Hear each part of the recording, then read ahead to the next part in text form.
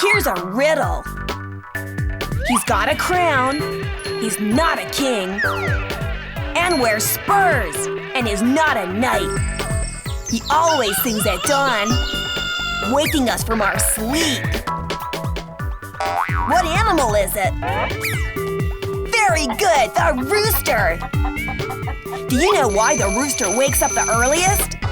Because he eats lots of corn. Corn is those little yellow kernels that when you fry them turns into popcorn. You can also eat corn on the cob, as a cereal, as a flour to make pancakes, or toast and salt them like nuts. Whichever way, corn is delicious and very nutritious. Corn contains fiber and carbohydrate, vitamins, and minerals.